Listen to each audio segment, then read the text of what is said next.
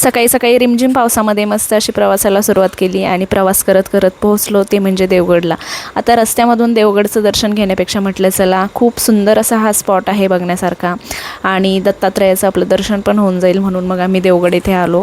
आणि खरं तर ही ट्रिप होती ती म्हणजे आम्ही पुण्याला निघालेलो होतो। नणंदबाई सुट्ट्यांमध्ये आलेल्या होत्या आणि मग त्यांच्या सुट्ट्या संपल्यानंतर त्यांना जायचंच होतं पुण्याला, तर मग त्यांना सोडण्यासाठी आम्ही आलेलो होतो आणि म्हटलं 2 दिवस मुलांनाही सुट्ट्या आहे तर आपलंही थोडंफार फिरणं होईल।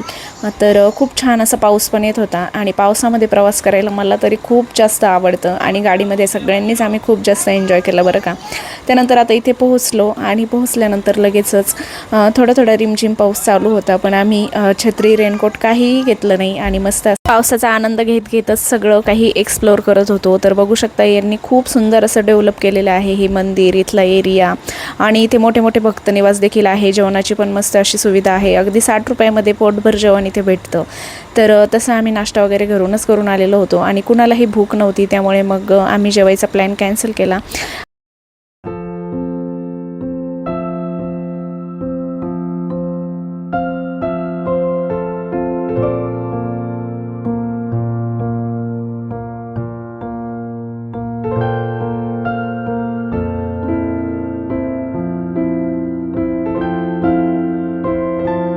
आणि इथे मंदिराच्या बॅक साईडला खूप छान अशी नदी आहे आणि इथे बरेच जण बोटिंग देखील करतात। एवढं सुंदर दृश्य दिसत होतं, असं वाटत होतं जसं काय आपण कोकणातच आलो आहे की काय, कारण नदीच्या बाजूला खूप छान छान अशी नारळाची झाडं आणि इथे ना थोडीशी वाळू पण होती, त्यामुळे शरीराला मला बऱ्याच वेळा उचलून घ्यावं लागलं कारण ते खडे एवढे पायाला टोचत होते ना।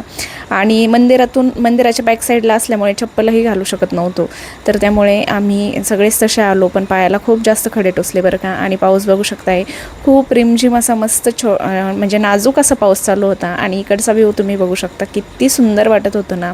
खरंच निसर्गामध्ये एवढा आनंद असतो, जर आपण निसर्गाच्या सानिध्यात गेलो ना तर आपलं मन एकदम प्रसन्न होऊन जातं आणि मनात कुठलीही चलबिचल चालू असेल तरी ती सुद्धा तिथे शांत होते बरं का। आणि त्यानंतर पुढे निघालो, आता जेवणाचा टाईम झालेला होता। आता जे नॉनव्हेज खाणारे त्यांनी नॉनव्हेज घेतलं आणि आम्ही दोघी नॉनव्हेज न खाणाऱ्या तर आम्ही व्हेजच मागवलं आणि छान असे जेवण वगैरे केले। त्यानंतर पुढच्या प्रवासाला सुरुवात झाली आणि असा हा रिमझिम पाऊस त्यात प्रवास, खरं खूप दिवसानंतरच्या गरमीनंतरचा हा खूप असा सुखद अनुभव होता। चला ब्लॉग कसा वाटला नक्की सांगा, भेटूया पुढच्या ब्लॉगमध्ये, तोपर्यंत बाय।